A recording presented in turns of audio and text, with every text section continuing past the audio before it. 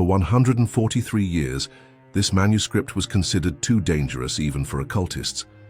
In it, Helena Blavatsky describes in vivid detail the exact moment when the dead cross the veil and see the living, not as shadows or specters, but as beacons of pure emotion. The truth she uncovered has been systematically suppressed by spiritual organizations worldwide, deemed too powerful for the unprepared mind. Have you ever felt that inexplicable touch on the back of your neck when no one was there? That familiar fragrance wafting through an empty hallway, a name whispered just before you drift into sleep. Science dismisses these experiences as hallucinations, tricks of a grieving mind. But Blavatsky called them testimonies, evidence of a connection that death cannot sever. In the fading light of her study, illuminated only by a single candle, Blavatsky's hand trembled as she documented what she witnessed during her astral projections. The manuscript's yellowed pages contain diagrams of energy fields surrounding the newly deceased, detailed accounts of their perceptions, and, most controversially, the methods through which they observe those left behind. What science now calls quantum entanglement, she named the chords of remembrance. The last 12 lines of her manuscript, written in Sanskrit and translated only recently, were deemed so potentially disruptive that every esoteric school from London to Tibet agreed to suppress them. These lines describe not just how the dead see us, but how we unconsciously call to them, and the dangers this connection poses to both worlds if misunderstood. As the translation finally emerges from the shadows after nearly a century and a half, what was once dismissed as mystical fantasy now finds unexpected allies in quantum physics and consciousness research. The veil is thinning, and what lies beyond challenges everything we thought we knew about death, memory, and the persistence of consciousness beyond the physical form. The Mount of Olives, Jerusalem, 1881. The setting sun casts long shadows across the ancient olive trees as Helena Petrovna Blavatsky unwraps a peculiar package. Her hands, weathered by decades of travel and study, carefully remove layers of hemp and copper to reveal a ritual artifact of Hindu origin. A small obsidian mirror polished to such perfection that it seems to absorb rather than reflect light. Accompanying this mysterious object is a slim notebook bound in leather, unlabeled except for a single word inscribed in gold: liminars. Inside, page after page of meticulous notes detail 7 distinct types of post-mortem apparitions, each corresponding to a specific vibrational state of the living who perceive them. The handwriting shifts between languages: English, Russian, Sanskrit, and scripts even scholars of Esoterica cannot identify. The dead do not see as we see, she writes in the margins. They perceive emotional intensity rather than physical form. To them, our grief shines like a lighthouse, our joy radiates like the noonday sun, and our indifference renders us nearly invisible. This document, hidden for generations in private collections, mentioned only in whispers among the highest circles of metaphysical researchers, catalogues not just how the departed manifest to the living, but how the living appear to those beyond the veil. According to Blavatsky, this two-way observation forms the foundation of what we experience as hauntings, visitations, and unexplained phenomena that occur most frequently during emotional extremes. But there is one type of apparition that Blavatsky claims occurs only once in a person's lifetime, a profound moment of cross-dimensional recognition that should never be interrupted or dismissed. This singular event, which she terms the reciprocal witnessing, creates a permanent channel between worlds that can either heal or harm depending on the consciousness of both parties involved. By the way, from which city are you watching this revelation unfold? I'm mapping how far this tearing of the veil has spread, as Blavatsky predicted that certain geographical locations would become nexus points where communication between realms intensifies. Your location might be one of these emerging gateways she identified nearly a century and a half ago. To understand the full implications of Blavatsky's discoveries, we must trace the evolution of her research through 3 critical periods that fundamentally altered her understanding of death and consciousness. The year 1875 marked the founding of the Theosophical Society in New York City. While publicly presented as an organization dedicated to the comparative study of religion, philosophy, and science, its inner circle pursued far more radical investigations. It was during this initial phase that Blavatsky began her systematic study of soul transmigration, not as abstract theology, but as an observable process. Using techniques learned during her 17 years of study in Tibet, Egypt, and India, she documented the subtle energy patterns that remained after physical death. Her early journals describe how consciousness doesn't extinguish, but rather changes frequency, like a note shifting octaves while maintaining its essential character. These observations, revolutionary for Victorian-era science, suggested that personhood persists intact beyond biological termination. By 1879, Blavatsky's research had advanced significantly, culminating in a secret journey to northern India that appears in no official record of her travels. According to private correspondence only recently discovered in an archive in Adyar, she gained access to untranslated Vedic manuscripts predating written history. These texts contained sophisticated methodologies for perceiving what modern physicists might call alternative dimensions. What we consider death, she wrote to her colleague Colonel Henry Steele Olcott, is merely the transference of consciousness from one vibrational state to another. The Brahmin sages understood this not as philosophy, but as observable phenomena, and have developed systematic methods to track the soul's journey.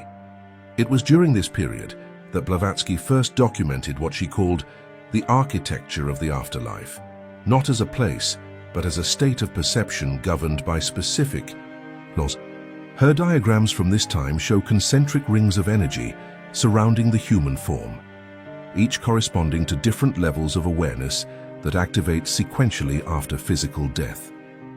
But it was in 1881 that Blavatsky made her most startling discovery, one that would remain hidden from all but her closest confidants.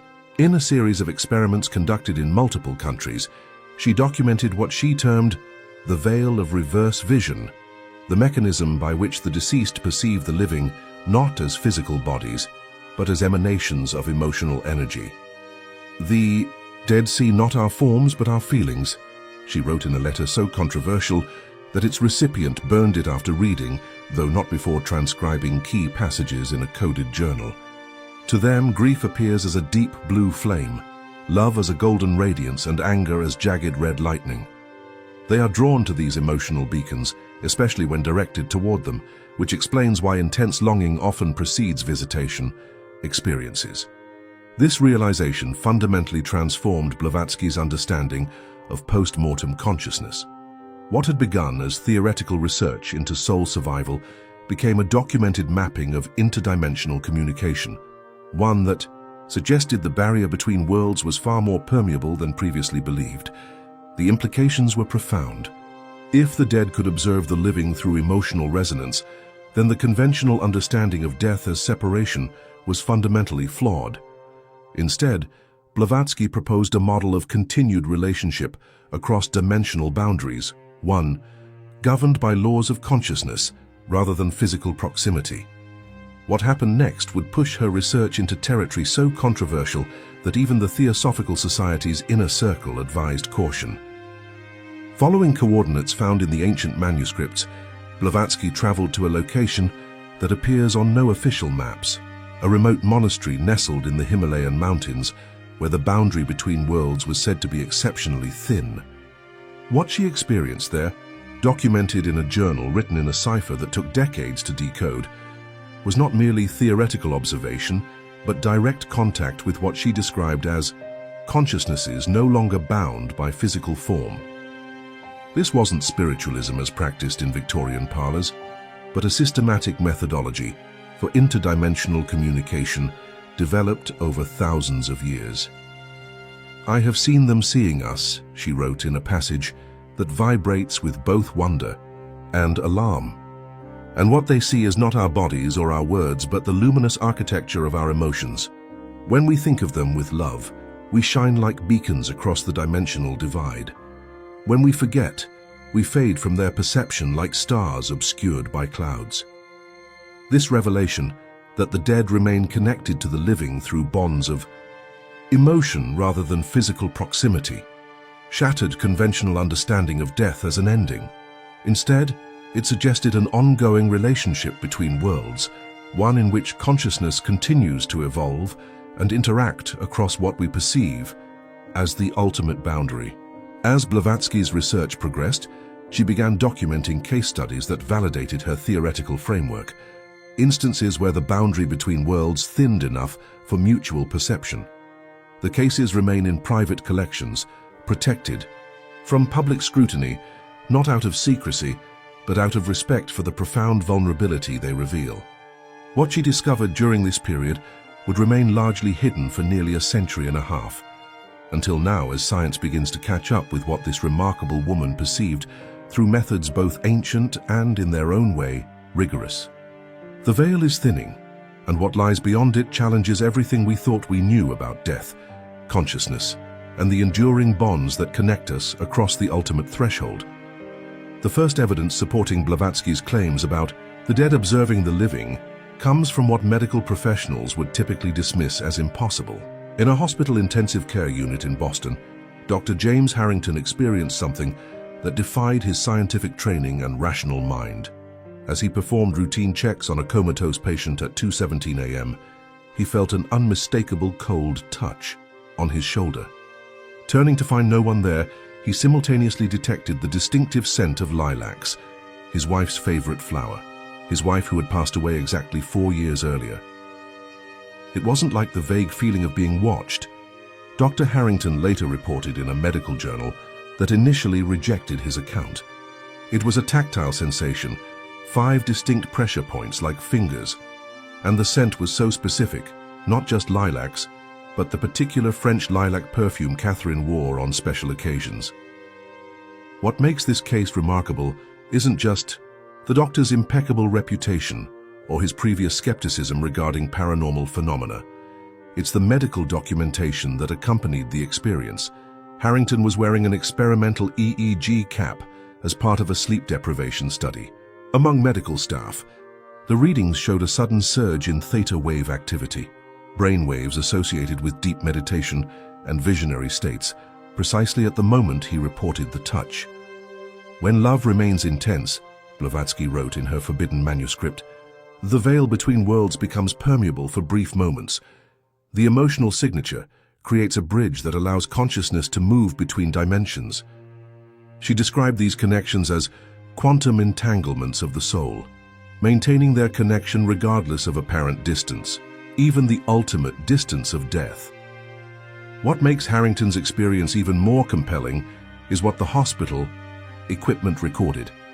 The EEG machine monitoring the comatose patient in the room displayed anomalous patterns, synchronized exactly with the doctor's experience, despite there being no external stimuli that could account for this correlation. For 17 seconds, both the doctor and patient showed identical brainwave patterns, as if sharing a single neurological experience. What modern science is only beginning to understand, Blavatsky noted, is that consciousness functions as a field rather than a localized phenomenon. When emotional bonds are strong enough, they create permanent connections that death cannot sever. But perhaps the most chilling aspect of Harrington's experience emerged only later. When reviewing the security footage from that night, a strange visual anomaly appeared on camera at precisely 2:17 a.m. A luminous distortion that moved from the patient's bed directly to where the doctor stood. Technical experts could provide no explanation for this visual aberration, which disappeared as suddenly as it had appeared. Equally compelling is the consistent pattern of children, whose perceptual filters remain more flexible than adults, reporting interactions with deceased loved ones they never knew in life. The case of 6-year-old Ethan Coleman represents one of the most thoroughly documented instances of this phenomenon. Every time the lights flicker, "Grandma is here again," Ethan would announce matter-of-factly, despite having never met his grandmother, who had died 3 years before his birth. His descriptions of an old lady with a blue scarf and a crooked smile matched precise details of his grandmother's appearance that had never been shared with him. Skeptics might dismiss such accounts as childhood imagination or overheard family conversations, but the Coleman case includes elements that defy conventional explanation. The family installed electromagneticity sensing cameras around their home, that recorded consistent anomalous patterns coinciding exactly with Ethan's reported grandmother visits. At specific times, most notably 4:17 p.m., the exact time of his grandmother's passing, the electromagnetic readings would spike dramatically. Children exist in a liminal state, Blavatsky explained in her notes. Their consciousness has not yet fully anchored to consensus reality, allowing them to perceive what adults have been conditioned to ignore. They serve as natural intermediaries between worlds. The most compelling evidence emerged when Ethan began describing conversations with his grandmother that included information no one in the family knew. He mentioned a silver box with a bird hidden in the attic, leading his parents to discover an antique jewelry case with a hummingbird, design containing letters never shared with the family. These documents revealed aspects of the grandmother's life that contradicted the family's understanding of her past. But what appeared in the antique mirror hanging in Ethan's room made even his skeptical father reconsider his materialist worldview. On 3 separate occasions, the mirror's surface displayed what appeared to be a partial handprint, visible only when photographed with a polarized lens. Forensic analysis confirmed the impossibility of the print being produced by anyone in the household, as its ridge patterns matched no living family member, but showed striking similarities to the only existing fingerprint record of the deceased grandmother, taken during her brief government employment in the 1960s. Objects associated with strong emotional memories, Blavatsky wrote, can serve as anchors for consciousness attempting to bridge dimensional boundaries. Mirrors, with their liminal symbolic status, often become conduits through which such manifestations occur. Ethan's case is far from unique. Researchers have documented over 1,700 similar instances of children under the age of 7, demonstrating knowledge of deceased family members that defies conventional explanation. These cases share common elements, specific timing patterns, electromagnetic anomalies, and information later verified as accurate but unknown to the living family members. Perhaps the most scientifically compelling evidence comes from studies of what researchers call anticipatory grief recognition, instances where individuals receive some form of communication from a loved one at the precise moment of their death, despite having no conventional way of knowing the person had died. Robert Cahill, a construction worker in Philadelphia, experienced this phenomenon in its most documented form. On November 12, 2017, at exactly 3:42 p.m., he clearly heard his son's voice called Dad while working alone on a secure construction site. He was so convinced of the voice's reality that he immediately attempted to call his son Michael, who was serving overseas. Unable to reach him, Robert felt a growing sense of dread. 3 hours later, military officers arrived at his home to inform him that Michael had been killed in action at exactly 3:42 p.m. Eastern Time. "I knew before they told me," Robert later testified. "I didn't just hear his voice, I felt him present in a way I can't explain." What makes this case remarkable is that Robert was wearing a cardiac monitoring device due to a recent heart procedure. The data shows a dramatic shift in his heart rate variability at precisely 3:42 p.m., a physiological response consistent with an intense emotional event, despite there being no external trigger in his environment. Blavatsky described this phenomenon as the sound of the threshold, a vibrational communication that occurs at the moment consciousness transitions between dimensional states. "When a soul departs," she wrote, "it experiences a moment of expanded awareness in which it can reach across the dimensional boundary to those with whom it shares the strongest emotional bonds. Distance becomes meaningless in this state." Laboratory studies conducted at the University of Arizona's Veritas research program have documented similar phenomena under controlled conditions.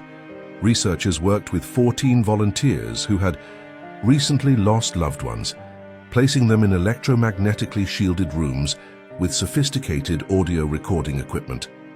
In 9 of these cases, audio anomalies were detected, sounds that defied conventional acoustic explanation but appeared to contain patterns consistent with human speech. Spectrographic analysis revealed these sounds occupied frequency ranges just beyond normal human hearing.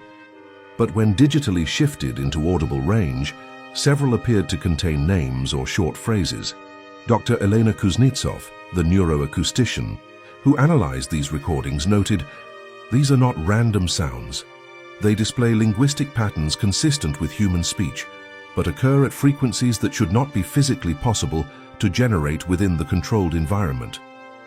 When played back to the bereaved participants, 7 reported immediate emotional recognition of their deceased loved one's communication pattern, a response confirmed by simultaneous GSR, galvanic skin response, measurements indicating strong emotional arousal. "What we call death," Blavatsky explained, "is merely a transition in perceptual frequency. The consciousness remains intact, but operates at vibrational ranges outside our conventional sensory capacity. Under certain conditions, particularly strong emotional states, these frequencies can temporarily align, allowing mutual perception across dimensional boundaries."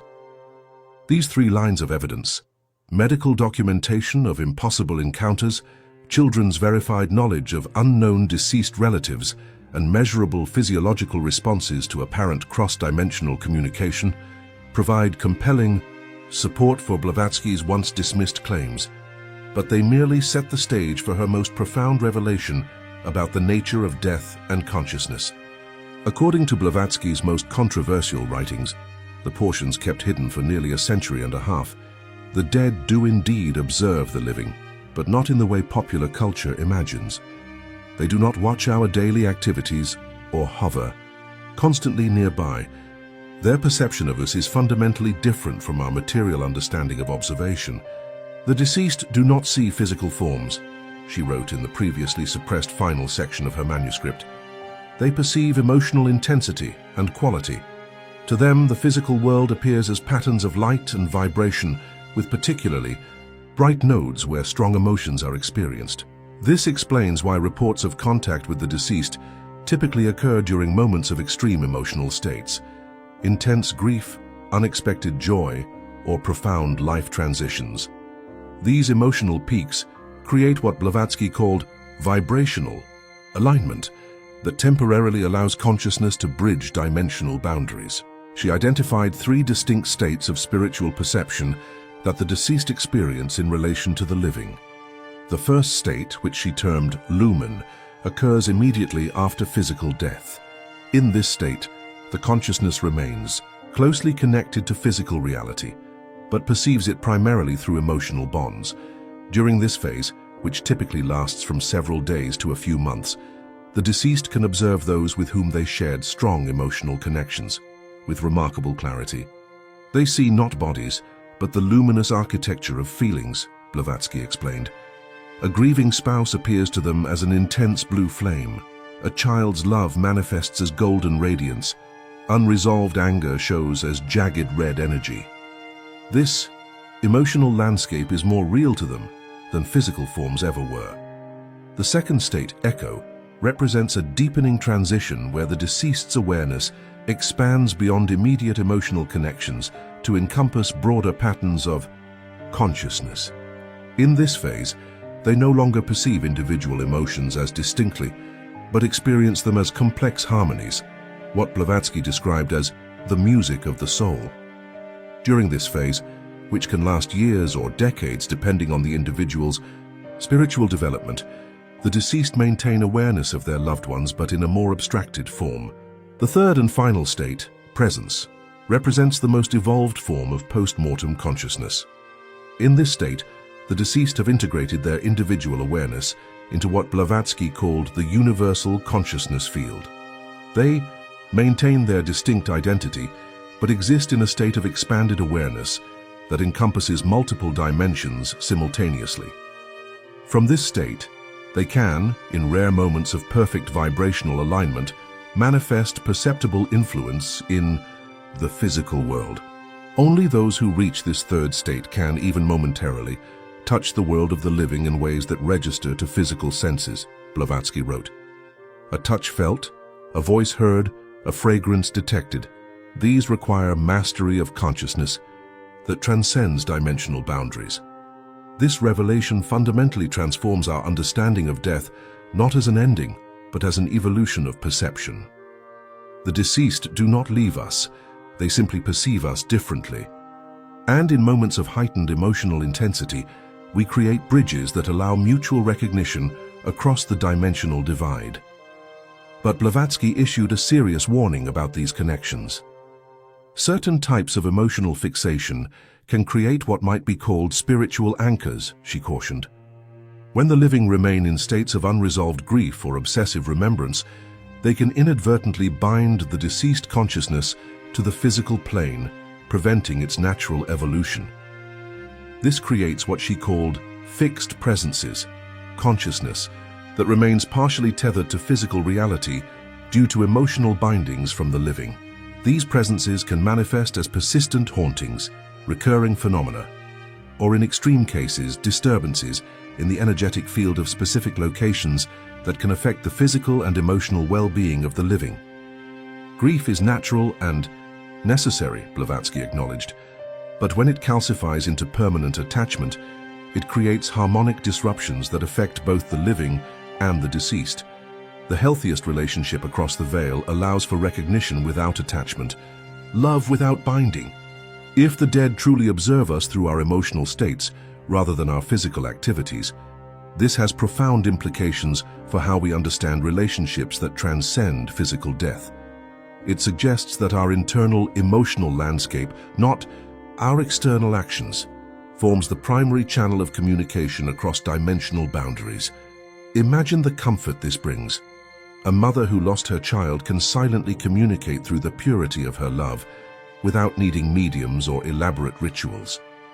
A husband can share his ongoing devotion with his departed wife through the quality of his remembrance, not through spoken words. A grandchild can connect with a grandmother she never met in physical life through the resonance of familial bonds that transcend time and space. This perspective transforms our relationship with grief. Rather than seeing it as a burden to overcome, we might recognize it as a luminous bridge, a connection that, when understood properly, allows communication across the ultimate boundary. Our tears become not just expressions of loss, but messages, received with perfect clarity by those we believe are gone. Yet this understanding comes with responsibility. If strong negative emotions are equally perceptible across dimensional boundaries, our anger, bitterness, or obsessive attachment might create disturbing experiences for those we love who have crossed over. Blavatsky emphasized that the healthiest, cross-dimensional relationships involve loving recognition without binding attachment, allowing both parties to continue their respective evolutionary journeys. Consider how this might change your approach to loss. Instead of speaking to the empty air, hoping your words somehow reach your loved ones, you might focus on cultivating the emotional quality of your remembrance, creating not just thoughts, but feeling states that shine across the dimensional divide like beacons in the night. But what about the implications for those who have crossed over? If fixing our attention on the deceased can bind them to our plane of existence, might our inability to let go actually impede their spiritual evolution? Blavatsky suggested that the most loving act might sometimes be emotional release, not forgetting but transforming raw grief into a lighter form of remembrance that acknowledges the ongoing journey of both parties. Would you allow your soul to be seen in order to comfort those left behind? Or would you prefer silence to act over time, allowing natural healing without supernatural intervention? These questions invite us to consider death not as a state of non-existence, but as a transformation of relationship, one that continues to evolve with or without our conscious awareness. In the next segment, we'll explore practical approaches to preparing your vibrational field to perceive, without fear, these subtle connections across dimensions. Ancient traditions worldwide developed sophisticated methodologies for safely navigating these interdimensional relationships, and modern research is beginning to validate their effectiveness. What if, in reality, the veil isn't between worlds but between states of perception? What if the dead and the living occupy the same space, separated only by differences in vibrational frequency? This perspective suggests that death isn't a departure, but a shift in how consciousness interfaces with reality, a transformation rather than an ending. The implications extend beyond individual comfort to our collective understanding of consciousness itself. If consciousness can maintain coherence beyond biological termination, perhaps our current materialist paradigm requires fundamental revision. The research into non-local consciousness, quantum entanglement, and persistent information fields suggests scientific frameworks that might eventually explain what Blavatsky perceived through direct observation over a century ago. If you found this exploration meaningful, please support our continued research by liking this video and subscribing to our channel. Your engagement helps us reach others seeking to understand these profound mysteries that affect every human life. Turn on notifications to ensure you don't miss our next episode, where we'll examine the 5 objects most commonly used by ancient cultures to facilitate communication across dimensional boundaries, and why you should keep one of them outside your bedroom, for reasons both subtle and significant. The ancient wisdom and modern science are converging on a revolutionary understanding of consciousness, one that suggests the relationships that define our lives don't end with physical death, but transform into something perhaps even more profound. The question isn't whether the dead watch the living, but how we might consciously participate in this ongoing conversation across dimensions.